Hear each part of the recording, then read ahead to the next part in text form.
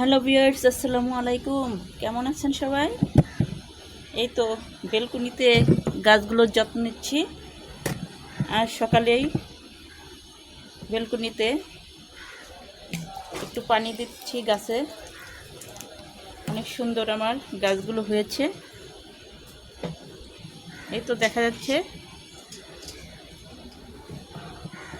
বেলকুনির বাইরে গাছটা দিয়েছি, এর জন্য ভালো করে দেখতে পাচ্ছেন না। একটা সিম গাছ অনেক সুন্দর হয়েছে। এই গাছটা আমি সুন্দর কয়েকটা খড়কুটো দিয়ে বেঁধে দিচ্ছি। সিম গাছটা বাতাসে অনেক সুন্দর দুলছে, দেখতে অনেক সুন্দর লাগছে।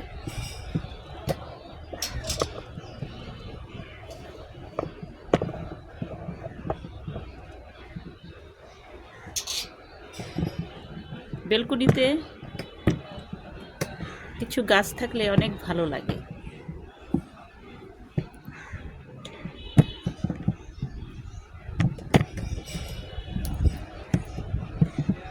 এখানে দেখা যাচ্ছে একটা গাঁদা ফুল গাছ অনেক বড় হয়ে গেছে। এটার মাথা একটু ছেটে দেব আমি সকালবেলায় ভোরে উঠেই গাছগুলোর আগে যত্ন নিই, তারপরে অন্য কাজে যাই। যাই হোক, আমার গাছে পানি দেওয়া হয়ে গেল। এখন আমি একটু রান্নার কাজে যাব। কিচেন রুমে যাব, আমার একটু ব্যস্ত রান্না বান্নায়। দুপুরের লাঞ্চ তৈরি হবে। চলুন ফিরে যাওয়া যাক কিচেন রুমে। মুরগিটা কেটে নেব। বাজার থেকে মুরগি আনা হয়েছে, এটা আমি সুন্দর করে কেটে নেব।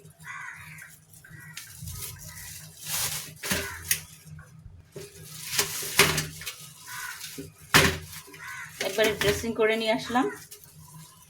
যাই হোক, মুরগিটা আমি ভালো করে কেটে নিই।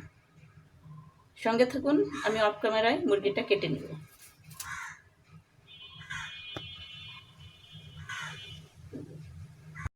হ্যালো ভিউয়ার্স, মুরগিটা আমি কেটে ধুয়ে পরিষ্কার করে নিচ্ছি। আমার পরিষ্কার করা হয়ে গেছে। এখন আমি এটা মশলা দিয়ে মাখিয়ে নেব। দিয়ে দিচ্ছি কিছু গরম মশলা আর জিরা। এটা আমি সম্পূর্ণই ভেজে নেব মুরগি রান্নার জন্য। এই গরম মশলাটা অনেক দরকার। আর দিয়ে দিলাম একটা তেজপাতা। মশলাগুলো আমার ভাজা হয়ে গেছে।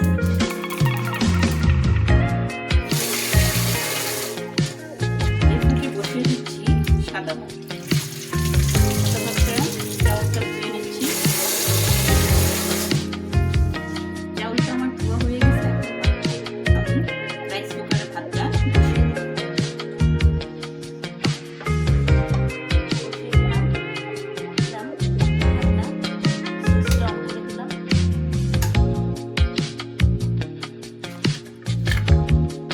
মুরগিটা আমি এখন আগে মাখিয়ে নিয়ে ভেজে নেব। দিয়ে দিচ্ছি 1 চামচ লবণ, দিয়ে দিচ্ছি হাফ চামচ আমার ভেজে রাখা জিরে এড করে দিচ্ছি।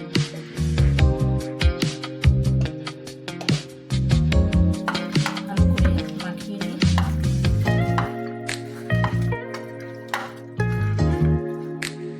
একটা পাত্র নিয়েছি, এই কড়াইটা আমি গরম হতে দিই। সাদা তেল পরিমাণ মতো দিলাম।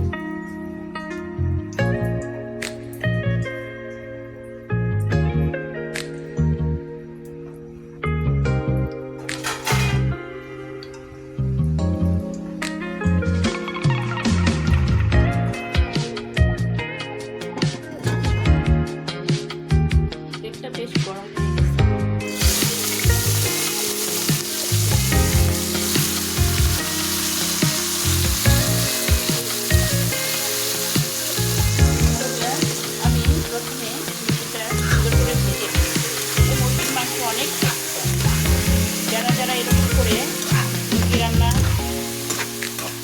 খেয়ে দেখতে পারেন, তারা অবশ্যই এভাবে রান্না করে খাবেন।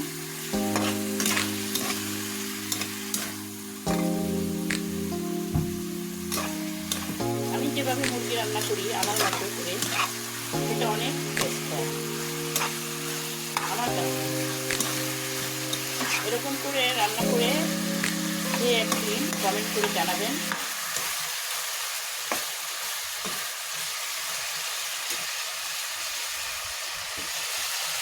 মুরগিটা যখন গায়ে থেকে তেল ছেড়ে দেবো তখন আমি ভাজাটা বন্ধ করে দেব। মুরগিটা আমার ভাজা হোক, এর ফাঁকে আমি পেঁয়াজগুলো কেটে নিচ্ছি। আমি আমার মতো করে কাজটা কমপ্লিট করি। কে কীভাবে করেন আমি জানি না, কিন্তু এক একজনের কাজ এক এক রকম। আমি পেঁয়াজগুলো ওইভাবে কেটে নিচ্ছি। হ্যালো ভিউয়ার্স, মুরগিটা আমার ভাজা হয়ে গেছে। এটা উঠিয়ে আমি কিছু আলু কেটে রেখেছিলাম, এটা আমি ভেজে নেব। আজকে মুরগিতে এই একটা আলু আমি দিয়ে দেব। মুরগিটা আমি চুলাটা বন্ধ করে নিলাম, উঠে নিচ্ছি।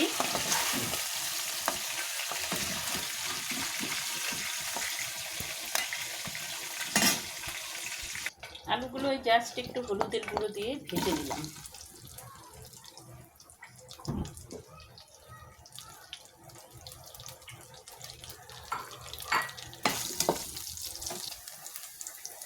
আলুগুলো আমার ভাজা হয়ে গেছে, এটাও আমি উঠিয়ে নিলাম। মাংস আলু দুটোই আমার ভাজা হয়ে গেছে। এখন আমি এই কড়াইতেই মাংস রান্না করব। প্রতিবারই অন্য কড়াই চেঞ্জ করি, আজকে এটাতেই রান্না করব। দিয়ে দিচ্ছি আমার সেই পেঁয়াজ কাটা, দিয়ে দিলাম তেজপাতা, দিয়ে দিলাম এখানে দারচিনি আর এলাচ,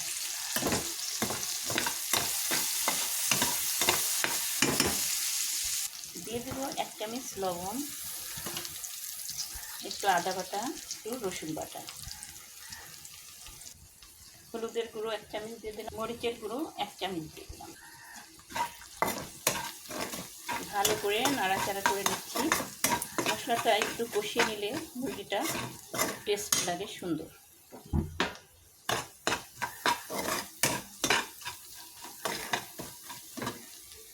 দিয়ে দিলাম 1 কাপ পানি।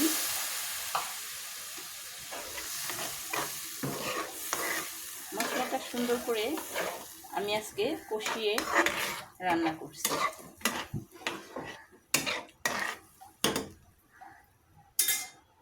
যত কষানো সুন্দর হবে তত মুরগি রান্না সুন্দর হবে।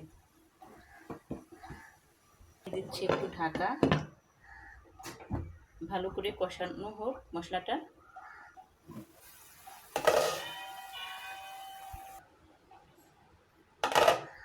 মশলাটা আমার কষানো হয়ে গেছে।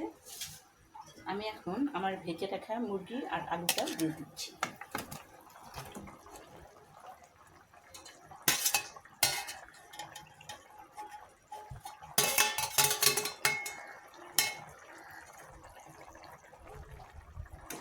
দেখুন কত লোভনীয় মাংসটা হয়েছে। আজকে সামান্য একটু ঝোল দিয়ে দেব, সামান্য একটু ঝোল দিয়ে দিচ্ছি।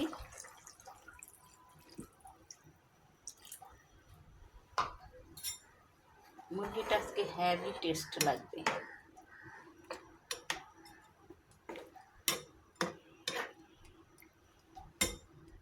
পরে আমি উপর দিয়ে জিরের গুঁড়োটা আর যে গরম মশলাটা ভেজেছিলাম সেটা দিয়ে দেব।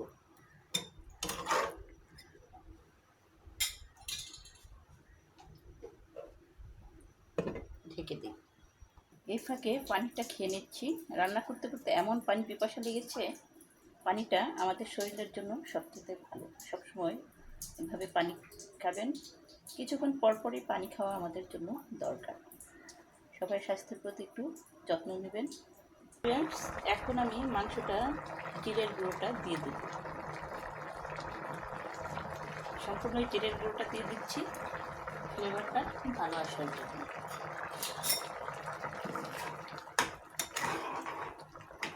অনেক ইয়াম্মি হয়েছে, দেখেই বুঝে যাচ্ছে।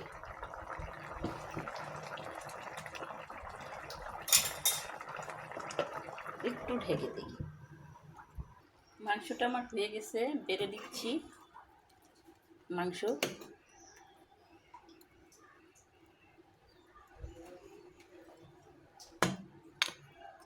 একটু সার্ভ করে দেখাচ্ছি।